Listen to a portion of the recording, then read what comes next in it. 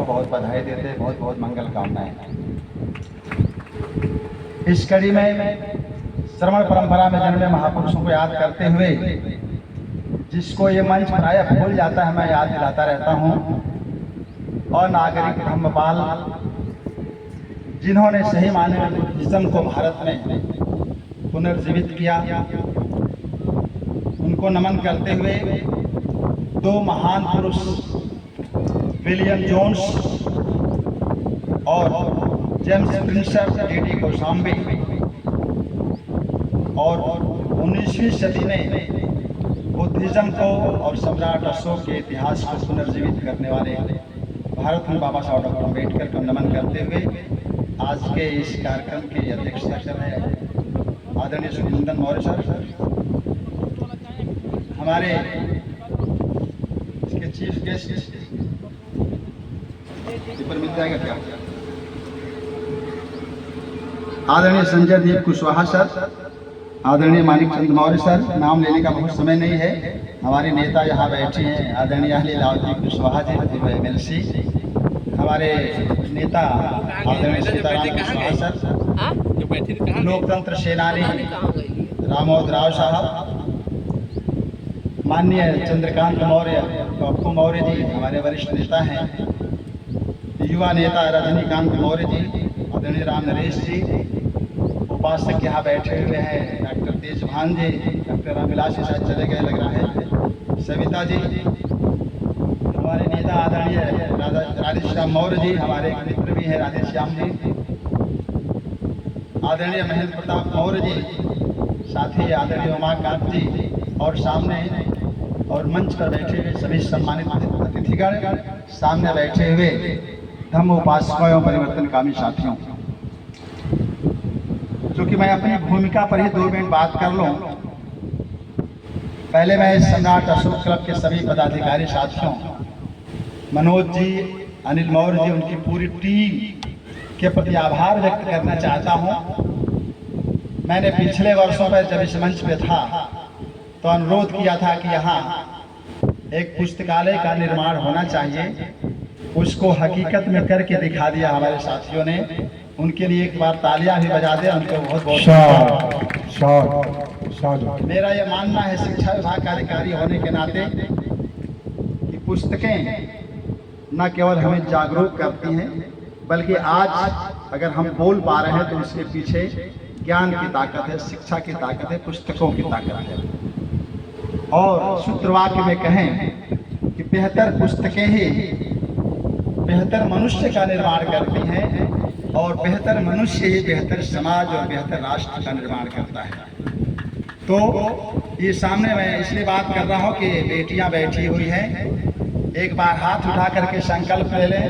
बेटियों को मैं संबोधित कर रहा हूँ जिनका ध्यान यहाँ हमारी तरफ नहीं है, महिलाएं माताएं बैठी हुई हैं, एक बार हाथ उठा करके संकल्प लें कि यहाँ जो पुस्तकें उपलब्ध कराई जा रही हैं उसको आप अपने कोर्स के साथ साथ समय निकाल करके पढ़ने की कोशिश करेंगे, अपने इतिहास को, अपनी संस्कृति को जानने की कोशिश करेंगे।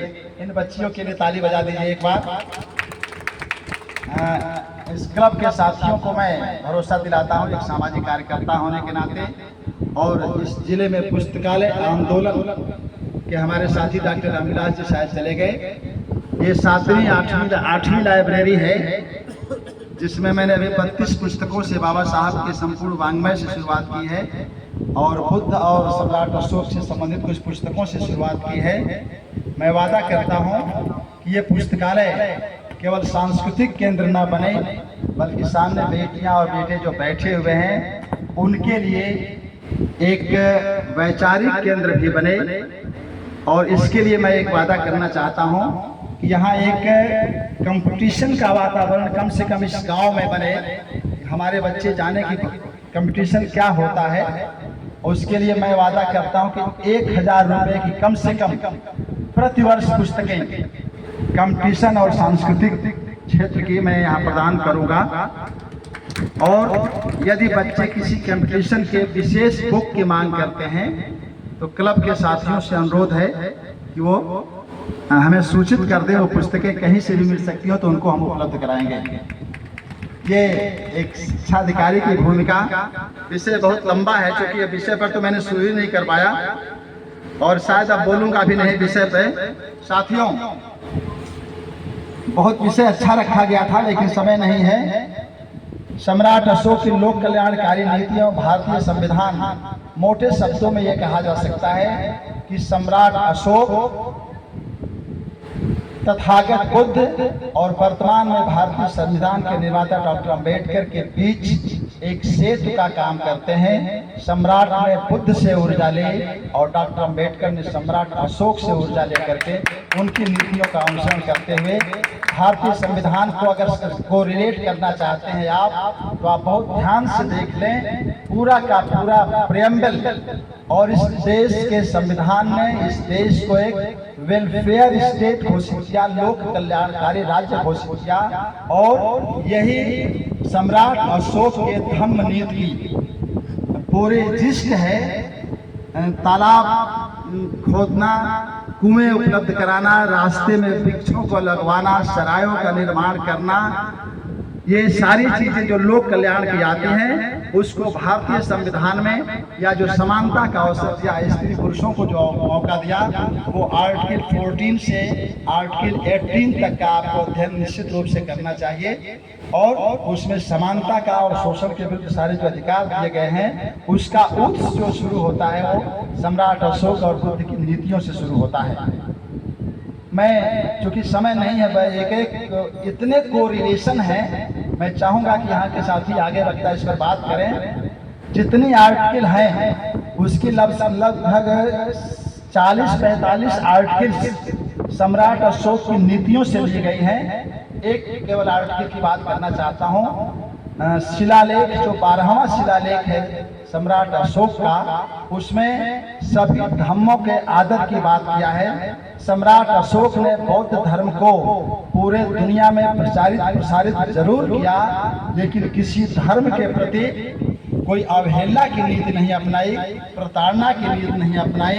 मैं इसलिए कह रहा हूँ, एक राजनीतिक कार्यकर्ता भी हूँ, चाहे क्लब के साथी हों, बुरा ना लगे, यहाँ बैठे हुए साथी हों, जिन लोगों को हिंदुत्व का बुखार चढ़ गया हो, राष्ट्र प्रेम का, राष्ट्रवाद का ज्यादा बुखार चढ़ गया हो, तो वो सम्राट अशोक के 12वें शिलालेख का कम से कम अध्ययन कर लेना चाहिए। जो सेकुलरिज्म दिया गया है, जो सेकुलरिज्म की अवधारणा ली गई है, सभी धर्मों के समान नीति की अवधारणा ली गई है। आर्टिकल 25 से 28 तक और 30 और 31 तक जो अवधारणा ली गई है, वो सम्राट अशोक के जो धर्मनिरपेक्षता की नीति थी, सभी धर्मों के समान आदर की नीति थी, वहाँ से उसको उठाया गया है। तो मैं चाहता हूँ कि सम्राट अशोक क्लब के साथी एक ऐसा वातावरण बनाएं जो ये सेंटर बने इस बात का, चूँकि बहुत बुद्धिजीवी साथी हैं। तो मैं चाहता हूँ कि आगे के वर्षों में जब हम आए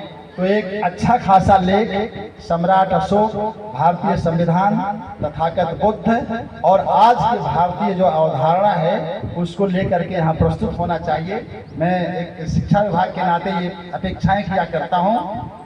साथियों, दूसरी अपील, क्षमा चाहते हुए आयोजकों से बहुत समय ले रहा हूँ मैं। किसी भी महापुरुष को जब याद करते हैं तो दो भूमिका होनी चाहिए। फूल माला चढ़ा लीजिए, जय जयकारे कर लीजिए, ये एक पक्ष है। उनके सपनों को, उनके विचारों को जमीन पर उतारने के लिए आपकी भूमिका क्या होनी चाहिए, यहाँ तय करना चाहिए, संकल्प लेना चाहिए। तो ये अवसर है। आज हम अशोक नीतियों की जितनी बड़ाई कर रहे हैं, आज वो सारे के सारे मूल तत्व खतरे में हैं। उन्होंने मानवता, दया, करुणा, खुलकर बोले नहीं, क्योंकि पीछे से प्रतिबंध आ चुका है। नहीं, विरोध करने की जरूरत नहीं है। मैं कहना चाहता हूं साथियों, उमाकांत जी हमारे साथी, बहुत ही जागरूक साथी बैठे हुए हैं। मैं नहीं, किसी के विरोध में बोलने के लिए मैं नहीं खड़ा हुआ हूं। हाँ जी, मैं कितना इतिहास में, साहित्य में कितना परिवर्तन किया जा रहा है। आप शब्दों से खेलना नहीं सीखेंगे तो हजारों साल से शब्दों से खेला जा रहा है। ये क्षेत्र सारनाथ से लेकर के कुशीनगर तक, लुम्बिनी तक, गया तक बुद्ध का क्षेत्र है। और मनुवादियों ने इस तरह से खेल खेला कि बुद्ध को मानने वालों को, जो बुद्ध का अनुयायी थे, बड़ा गंदा शब्द दिया बुद्धू, और बुद्धू बना दिया मूर्ख। तृष्ण पंचशील के साथ जो नाटक हुआ है, 3-5 कर रहे हो क्या? तो इसको आपको शब्दों का विश्लेषण ऐसे मंचों पर करना पड़ेगा, अपने लाइब्रेरियों में इसमें लिखना पढ़ना पड़ेगा कि तृष्ण पंचशील को मानने वालों को इतना खराब शब्दावली दिया कि 3-5 कर रहे हो, यानी एक लग रहा है कि कुछ धोखेबाजी कर रहे हैं। तो ये शब्दों से खेल जो हो रहा है, आपके इतिहास को बदलने की कोशिश की जा रही है, आपके मूल्यों को बदलने की कोशिश की जा रही है। जो सम्राट अशोक ने समता, स्वतंत्रता, बंधुत्व और न्याय पर आधारित धम्म नीति दिया था, वो आज खतरे में है। संवैधानिक मूल्य खतरे में है, लोकतांत्रिक मूल्य खतरे में है। केवल हम जयकारा करने के लिए खड़े हो रहे हैं, या ऐसे इतनी ऊर्जा खर्च कर, इतना समय खर्च कर रहे हैं? ये निश्चित रूप से साथियों, सम्राट अशोक की जो दार्शनिक विरासत है, वो नैतिकता है। नैतिकता पर